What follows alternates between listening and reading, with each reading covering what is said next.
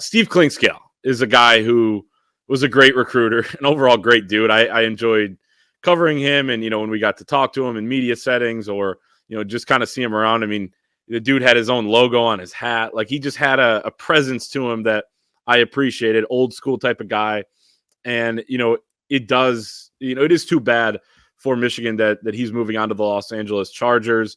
Looked like there were indications that he was going to stay at Michigan.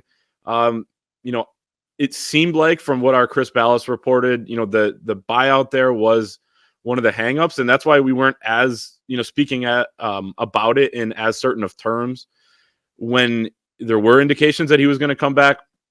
I don't know if Los Angeles decided to pay the buyout or not, or all of it or not. But it seemed like after the Wink Martindale hiring and knowing that Steve Clinkscale wanted to be the defensive coordinator, that this just may not have worked with them together. But what are your thoughts on that loss and kind of what went down there? Oh, it is certainly a loss. And, you mentioned his recruiting. I mean, there were certainly, he was an avid recruiter, but, when I look at his wins and losses, it's been more of a development that he is the bigger loss than being able to go out there and get, the top flight guys, right? Like, you keep in mind that he, swung for the fences with Aaron Scott and Bryce West and missed out on both of them. There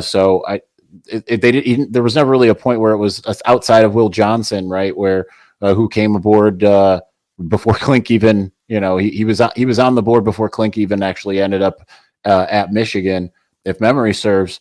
There really hasn't been anyone that he's one that you sit there and look at and say, now that is a heck of a recruiting win. He's gotten great guys, so don't get me wrong. I'm not trying to disparage him in that light, but the development piece certainly has been phenomenal, and that's where and talent identification, right? DJ Waller, you look at Josiah Edmond, just absolutely shooting up the recruiting rankings, and now outranking in one of the services. I don't remember which one, or at least a couple of them, outranking Bryce West, who was seen for a long time as the top guy in the country at corner. And they get a 3-star from Purdue that certainly didn't look like he was much of anything, only to be now ranked in the high hundreds.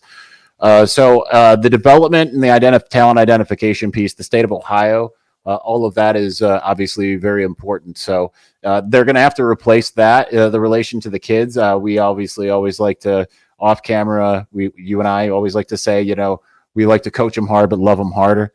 Like that's coach them up and love them up. Though any variation of that Klink said.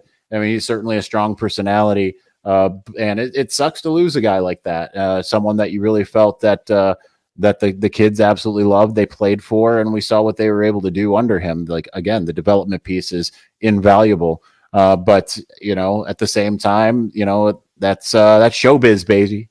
So they're going to move on, and certainly there's a couple guys that are rumored at different positions that could have a similar kind of impact. We'll just have to see, but it's a shame, especially considering it seemed like he was going to be the one continuity hire that they were going to have on the defensive side.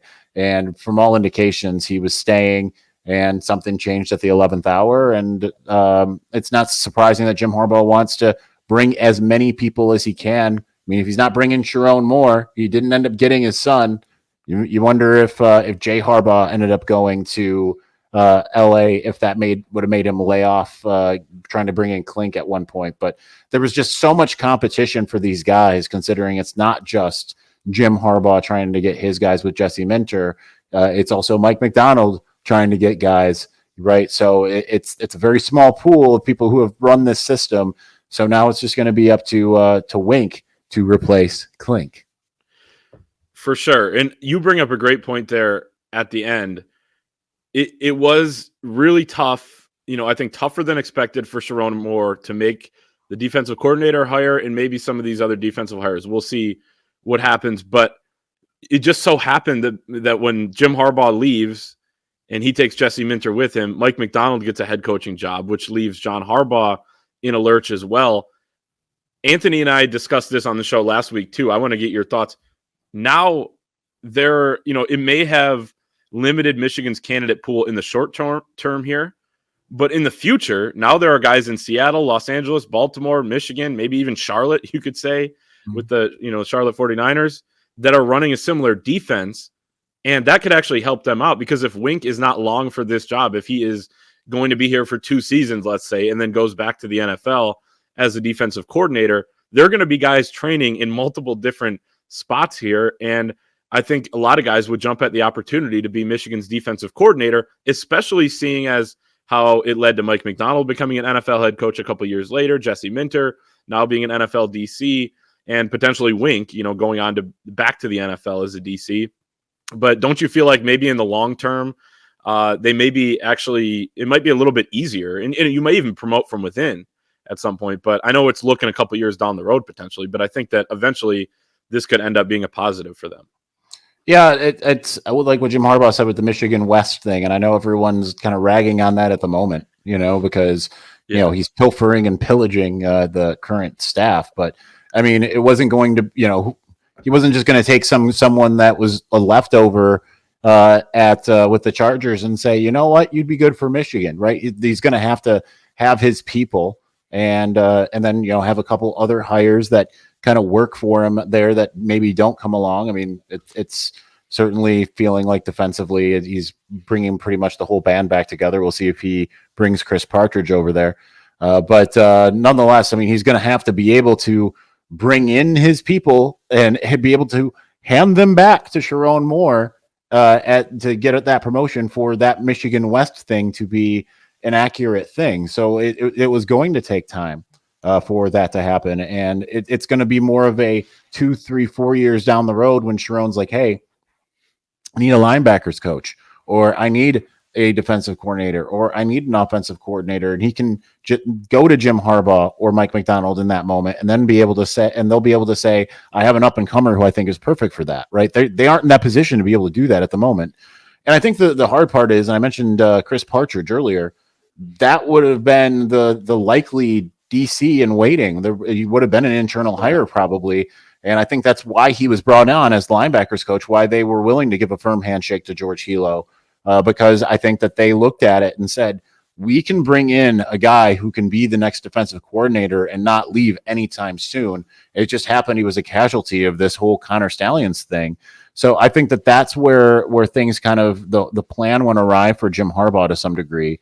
And now Sherrone Moore obviously has to kind of write his own path to just a little bit here. But nonetheless, I think that those dividends will come down the road. You just got to give it some time. And I think that Michigan's, at least currently, it's getting set up to a place where, okay, that defense still probably should be a really, really good one, if not the best one in the Big Ten. I know that down in Columbus and certainly other places around the country, Oregon, they'll have their say. But I think that with a mixture of the personnel and at least Wink Martindale coming in, some of the rumored hires that he's going to be having come and replace some of those guys who have left, I think that they'll still be in a really, really good spot. No doubt. And the key there is keeping these guys, whether that's after spring ball, or doesn't seem like, many guys will leave in the next 11 days until that transfer portal window closes. But as long as they can keep the defense especially intact, which is the side of the ball you're worried about with all the staff changes there, that's going to be huge. And the last thing for me, just on Klink leaving, and really to the same extent, Mike Elston going as well. Like, those guys wanted to be the defensive coordinator, from all indications. And I trust Sherrone Moore's judgment there that he wanted to look elsewhere for it. I think he understood the risk that came with doing that they could leave, that also players, may get a little bit frustrated. And that tells me even more so that he probably made the right call. I think both of those guys are great assistant coaches. But just based on, what Sherrone Moore did there and judging his actions there, I think, to me, that was probably the right call. And, if the staff dynamic wasn't going to be great, if those guys stayed and didn't get what they wanted, then, I'm not saying it's addition by subtraction, because those are great, great coaches. But I still think that you can build a great staff that just looks different. And it might be unexpected for Michigan fans that thought they were going to keep more of these guys in the fold, but it just doesn't seem like that's going to be, well, it's definitely not reality right now on the defensive side, at least. And, I feel like that's just kind of where we're at. But and to that point, they changed the entire defense when they brought in Mike Macdonald, and that was a different scenario, right? Because this was coming off of Don Brown in his worst year. He wasn't really bad. He wasn't great against Ohio State, but he wasn't bad overall until that 2020 year. They broomed the entire defense. No one had really any reasons to believe that it was going to be great, and then it ended up being great. You just kind of have to let things play out and see how they ended up working out. And I think that at least by keeping the continuity schematically, that's gonna do a lot. And being able to, Wink sits down and says, I know everything. He's seen a lot of football, right? He's seen a lot more football than Minter or He's seen a lot of balls kicked off. Yeah. So we're going to be using Jim Harbaugh idioms for quite some time, I feel, but it's that's going to pay a lot of dividends. And like you said, we got to get through spring. I think the fact that they included some of those players in the interview process for Wink, I think that helps a lot, right? Because it becomes they have more blood in the game, right? More skin in the game, I should say, than if you were just a cog that they, it's like, okay, go out and do your thing, dummy, right? Like that, you don't have anything to do with the coaches. That's been like the culture change from the beginning, right? Was players have skin in the game. Yeah. And like that's going to help. Like, oh, you're going to go for, you're going to go to Texas, or you're going to go to Oregon, or any of these schools that are paying big money. You're going to go to one of those schools and then become just another guy, whereas here you have ownership, like you said. So that's a big difference.